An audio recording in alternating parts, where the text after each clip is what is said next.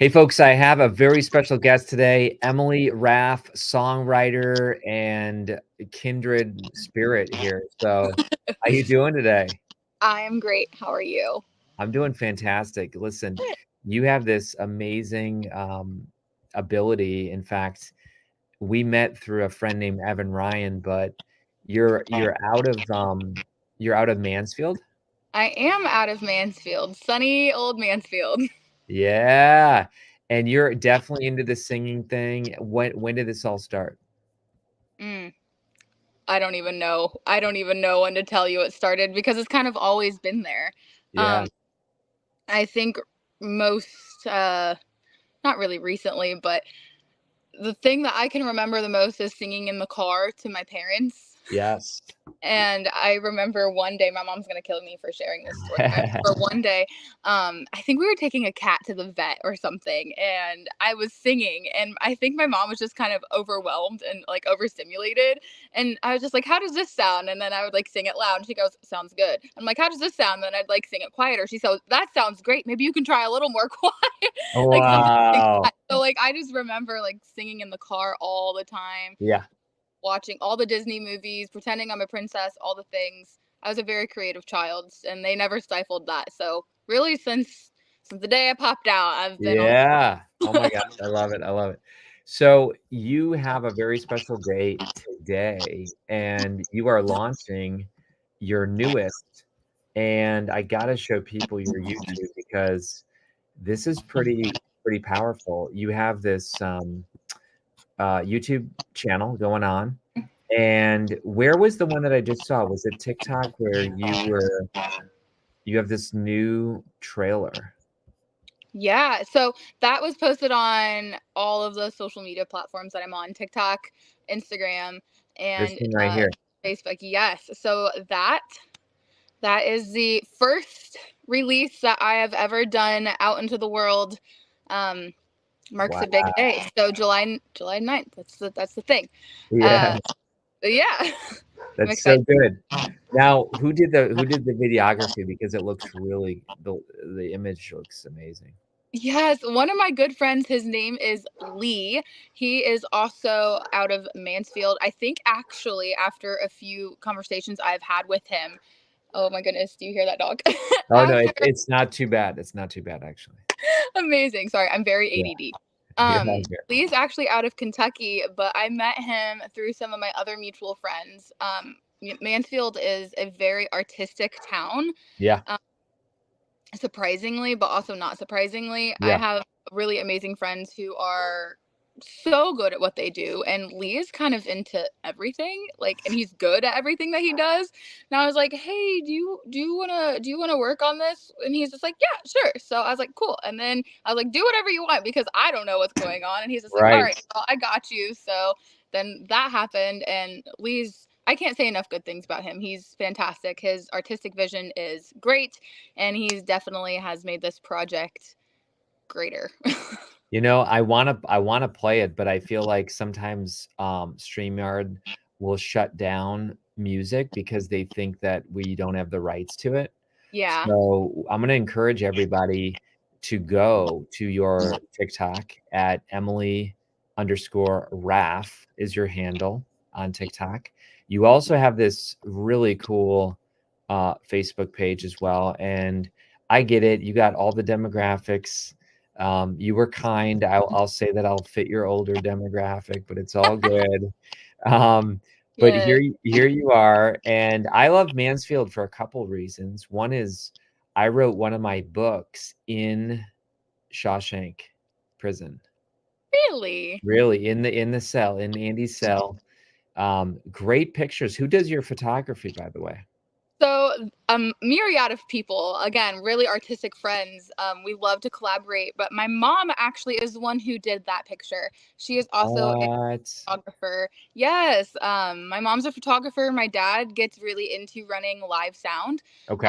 So he's like really geeky that way. So my family is super supportive, and they dove into other categories of the music industry. And really, it's been a blessing because we kind of just like go everywhere together and tap on all the things. It's been great. Yeah, yeah. Hmm. Well, and I went to your link tree off of, off of Instagram and talk to me because believe it or not, you probably don't know this about me, but I used to be a minister.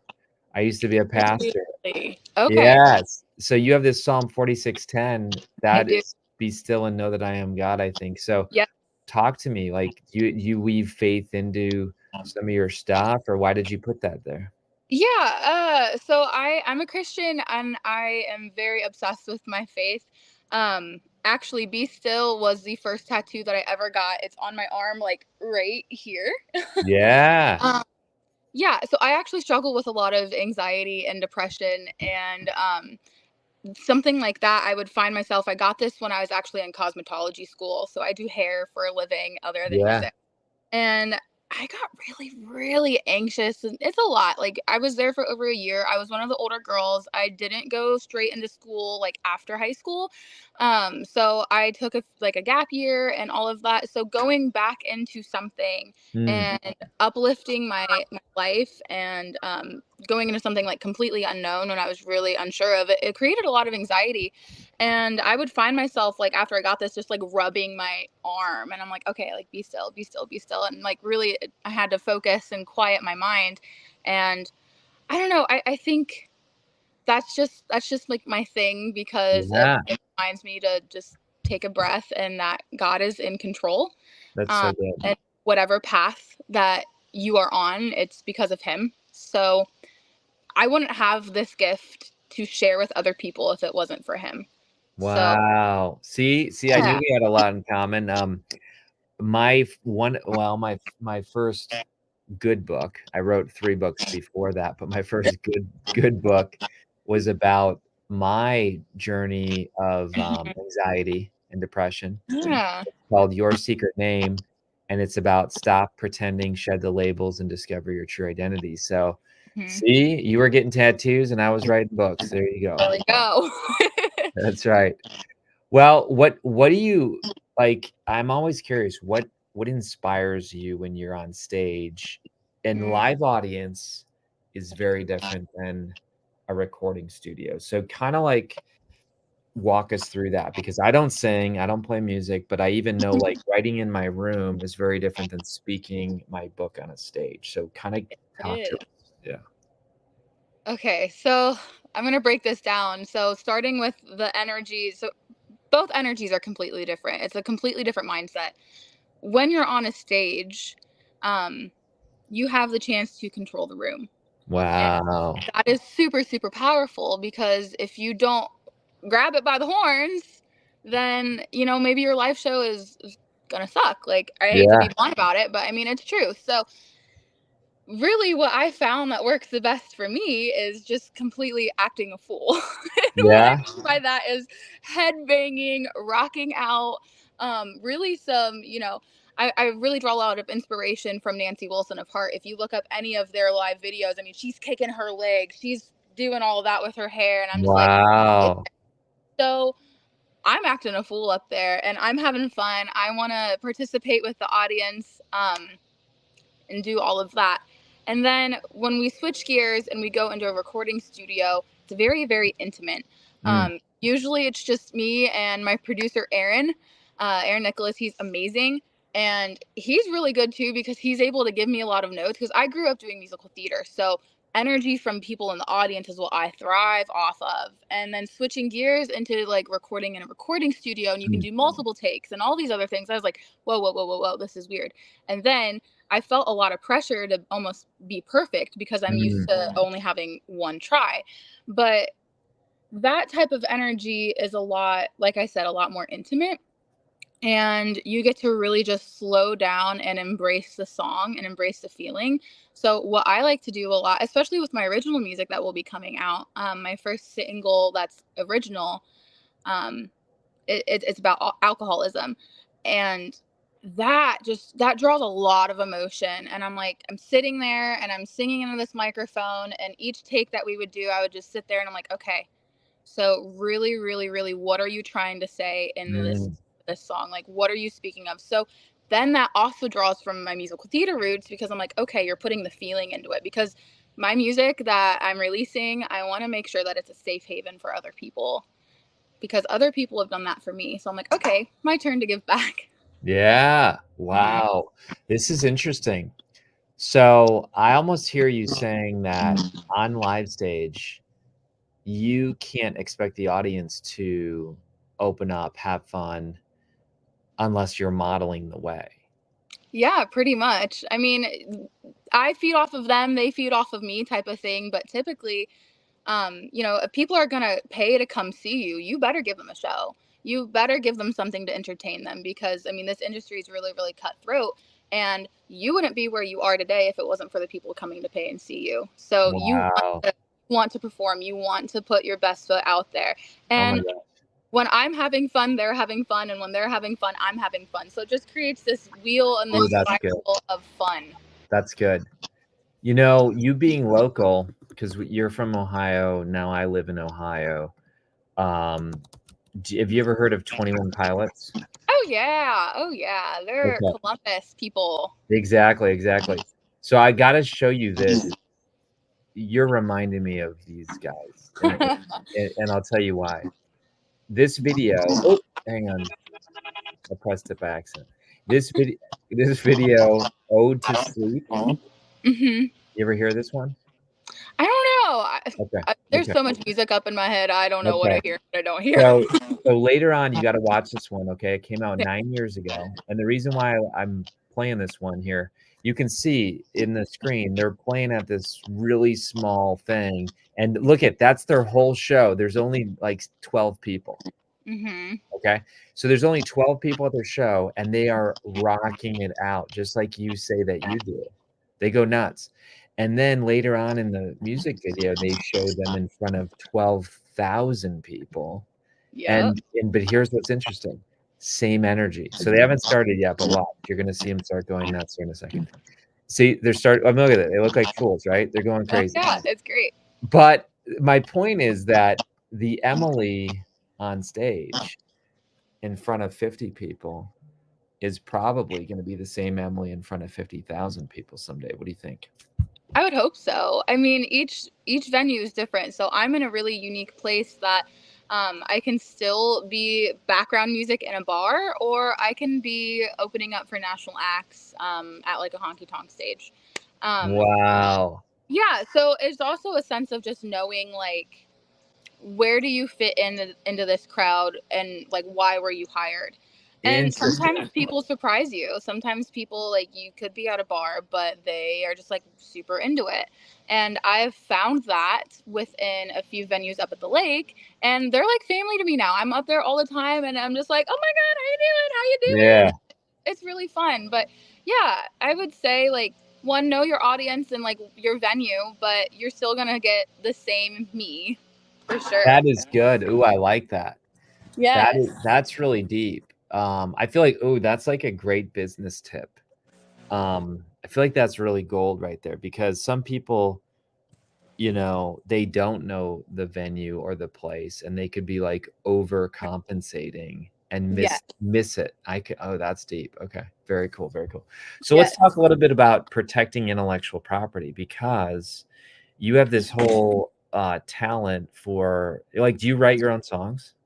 I do. I write my own songs with Aaron, and it's kind of a new venture for me because I've always felt like I am not good at writing my own songs, but that is also another thing that I have to just let go of and Yeah. be still about.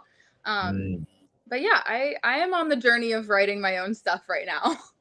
Well, and that's how we met because your friend, or friends or whoever, Evan and Carl, so it's Evan and then Evan's uncle is Carl? Yes. Yep. Okay. Explain how they are involved in your songwriting career. So my dad and Carl have been best friends since like 8th grade. Um, Wow. yes, Carl was actually in the room when I was born, and I'm sure my mom could tell you tons of stories about how she felt about it. Yeah. You know how he is. He's just a goofball. Yeah. So yeah, but yeah, he's known me since the day I was born. So Wow, that's yeah, powerful. That's powerful. yeah. Okay, so Carl was talking to you, and of course, I know Carl, and he was talking about, hey, there's this bald dude with a girl's name that does IP protection, intellectual property protection through smart contracts. Mhm. And he told me about you like for 6 months, and he said, "Look, we're gonna launch this young lady into the world." So I've kind of seen your career starting to develop.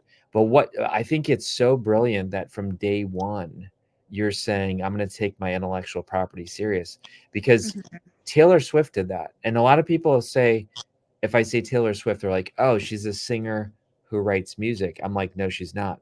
She's an IP company Mhm. who produces intellectual property."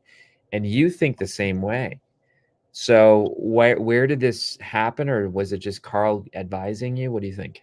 Yeah, no, I definitely think because of Carl and Evan, they have really changed my mindset on that. Carl has always said since we started this, he's like, "You're a businesswoman first." I'm like, "Okay, actually, yeah, you're right, because if I don't protect myself, some crazy stuff could go down." Yeah, So it was really his guidance and expertise that has brought me to get to know you and all the services that you offer and yeah. protecting your intellectual property. So yeah, I'm very thankful for that. Well, and I think, everyone wants to assume that everybody else has really good hearts, but you've probably seen or heard in the music Mhm. industry, you're practicing your music maybe before it's even out there. And Mhm. so you could have a guitarist filling in or a drummer, and now they're hearing your song for the first time. And we know songs can go big and songs could turn into Yeah. tens of thousands, millions of dollars. Just ask Dolly Parton with her royalties. Yes. So you've said from day one, I want to make sure that my songs are protected, time stamped on the blockchain. Talk Yes. to us a little bit about that, because do you always know everyone that you're practicing with, or everybody who's doing sound? Like, do you know Mhm. everybody or what? Um, right now, yes, I have known everybody that has pretty much been involved in this process, but as you grow and you get bigger, like you're not gonna have those relationships. Like one of the guys, his name's Jody Odom. He's kind of like a co-writer and has written a few parts, and Interesting. Yeah. yeah, I've known him for 10 years, but like you said, like people aren't always going to treat you the way that you treat you. And Ah, unfortunately, like it's a doggy dog world out there. So you have to protect yourself. Now that doesn't mean that you don't treat everybody with the same kindness, sure. but But you need to be just smart. you need to be smart, absolutely. So yeah, I mean, I think that protecting, especially like different parts too, like a guitar part is different than a bass line. But a lot of times, if you're working within a band and you establish those relationships, your guitar player is going to be like, okay, I actually have this part idea for this song. And I'll be like, all right, cool. Like, here's the chords, go ham with it.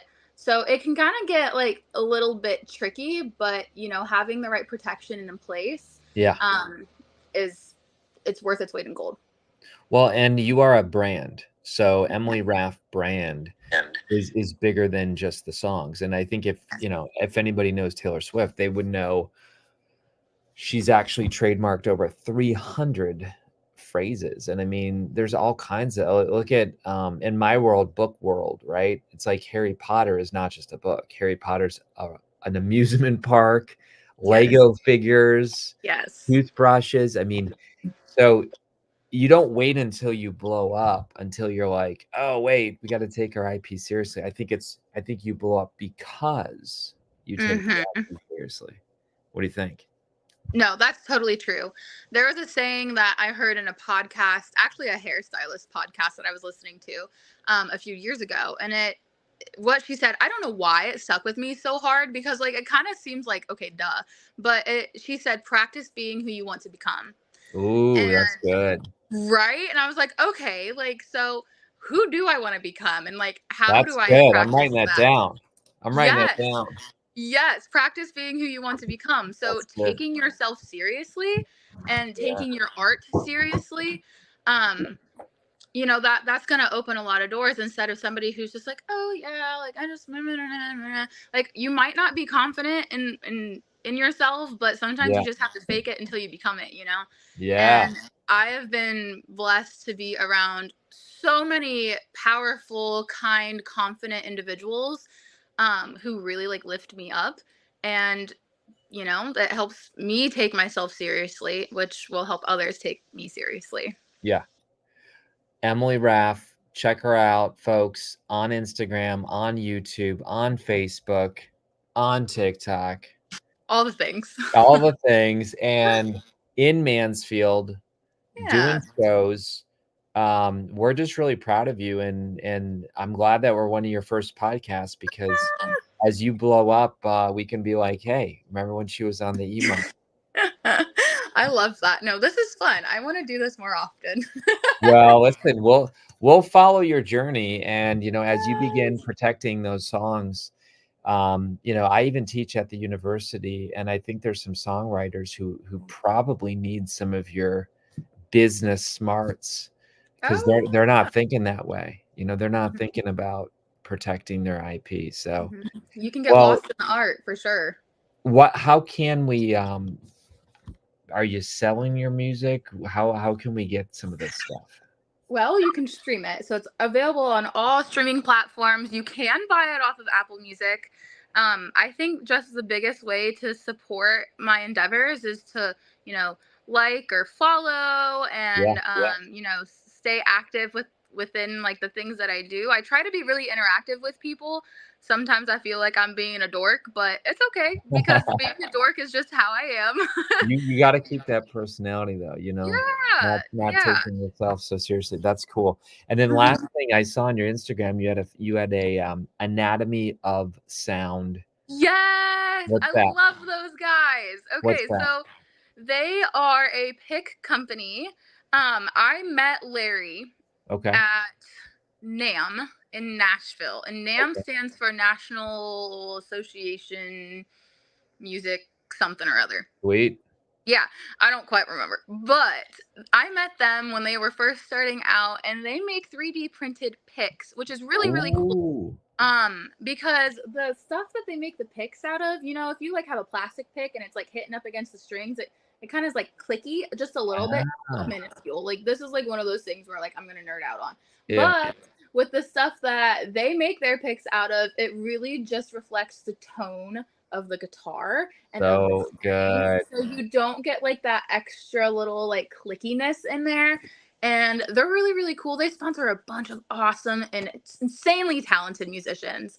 But Larry Wow. and the whole crew there are so sweet. They've literally been with me since day one, so I love them. And they also can do like graphic designs on their picks and everything. Very And cool. oh yeah, they're awesome. They're Well, really awesome see, people. now we gave them a shout out. Now you can tell them to share the podcast. So good job for you, Emily. Super proud of you, Thank and you. keep doing great work. Okay. Yes, thank you so much for having me.